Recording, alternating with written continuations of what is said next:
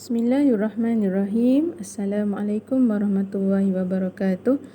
Okey, bertemu lagi kita dalam PDPR online untuk subjek Bahasa Arab untuk tahun 4 Daud.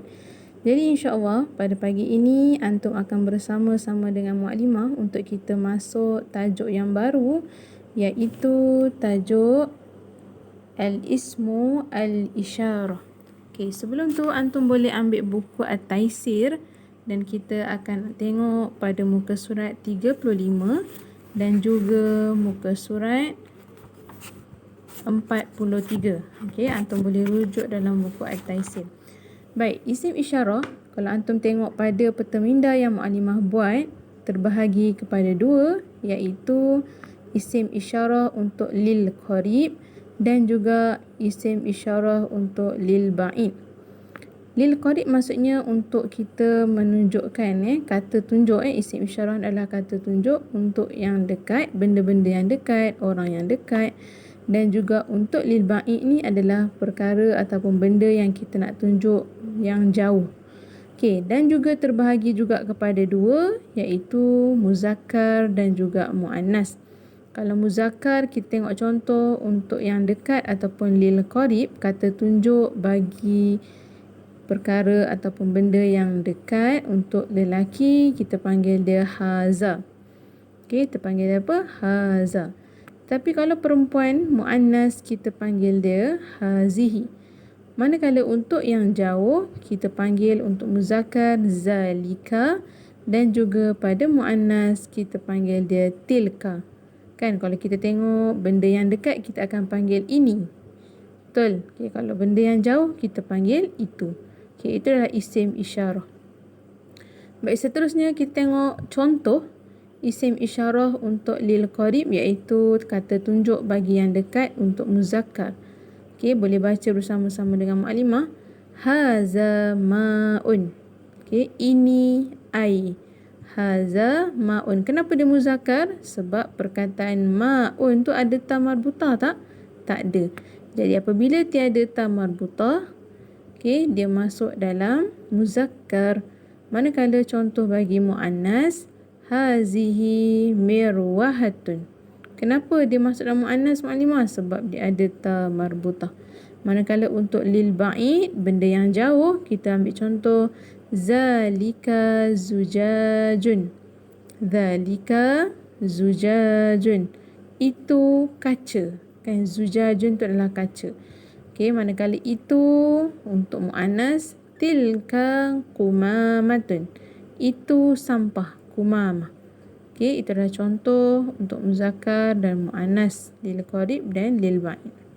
Okey, kita tengok juga contoh yang seterusnya. Mukadimah ada bagi contoh dekat sini, sesuaikan dengan perkataan yang betul. Okey, contoh perkataan yang pertama, muallimatun. Kita nak cakap haza ke hazihi? Kenapa hazihi? Sebab dia ada ta marbutah. Okey, betul. Seterusnya tilfazun. Haza ke hazihi? Haza. Musa. Musa lelaki ke perempuan? Lelaki. Jadi haza ke hazihi? Haza. Syajaratun. Hazihi. Sebab ada ta marbutah dekat belakang. Faslun. Okey, faslun tak ada ta marbutah jadi haza. Dan yang terakhir Maryam. Maryam lelaki ke perempuan? Perempuan. Jadi apabila perempuan kita masuk dia dalam hazihi. Itu adalah contoh-contoh. Seterusnya pada muka surat yang keempat, ini adalah latihan yang antum perlu buat, iaitu sil. Sil maksudnya sesuaikan. Okey, nombor 4 ni antum perlu salin dalam buku tulis. Okey, buku tulis Bahasa Arab 1. Okey, Bahasa Arab 1 antum salin muka surat 4 ni dan antum perlu sesuaikan dengan jawapan yang betul sebagaimana contoh dalam muka surat 3 tadi. Okey, selamat mencuba untuk muka surat 4. Seterusnya untuk lil ba'id pula, isim isyarah untuk lil ba'id, kita ambil contoh dekat sini, zalika dengan tilka. Zalika kubun. Okey, sama juga. Zalika tu adalah untuk muzakkar sebab kubun tu tiada ta marbutah. Seterusnya nombor 2, zalika abun. Ma makna abun? Abun adalah ayah. Kan? Itu ayah.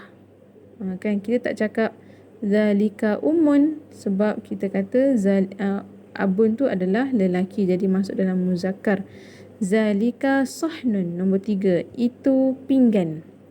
Okey, sahnun, kubun, abun semua tak ada ta marbutah, jadi dia masuk dalam zalika.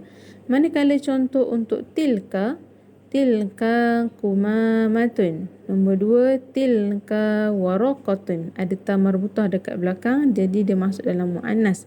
Manakala nombor 3, tilka ummun. Mana ummun? Ibu ataupun emak. Okey, itu ibu, itu emak. Itu sebabnya dia masuk dalam muannas. Seterusnya, muka surat yang terakhir, tugasan antum yang kedua, bayin al-jawab bis-sahihah. Isikan tempat kosong dengan jawapan yang betul. Sama ada antum nak isikan jawapan tu zalika ataupun tilka. Nombor 1 sehingga nombor 7. Jadi insya-Allah itu sahaja tugasan yang antum perlu buat untuk minggu ini. Muka surat 4 tadi dan muka surat 6 antum perlu salin di dalam buku tulis bahasa Arab 1. Jadi selamat mencuba untuk belajar, dan jika ada persoalan boleh tanya muallimah terus. Okey, itu sahaja. Assalamualaikum.